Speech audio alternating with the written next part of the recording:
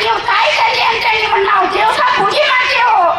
ನಮ್ಮ ಮೊಮ್ಮಕ್ಕಳ ತಪ್ಪಿಂದ ಎಲ್ಲದಕ್ಕ ನಾವು ಒಂದಿರಾಗ ನಮಗೆ ಒಟ್ಟ ನಾವು ಹುಕ್ಕೇರಿ ತಾಲೂಕದಾಗ ಡ್ರಾಯರ್ ಅಂದ್ರೆ ಮೊದಲ ದೇಶದ ಬೈದು ನಮ್ಮ ಹಳ್ಳಿಯಲ್ಲಿ ನಾವು ತೋರಿಸ್ತು ನಿಮಗ ನೋಡಕ್ಕಿಲ್ಲ ಅಂತ.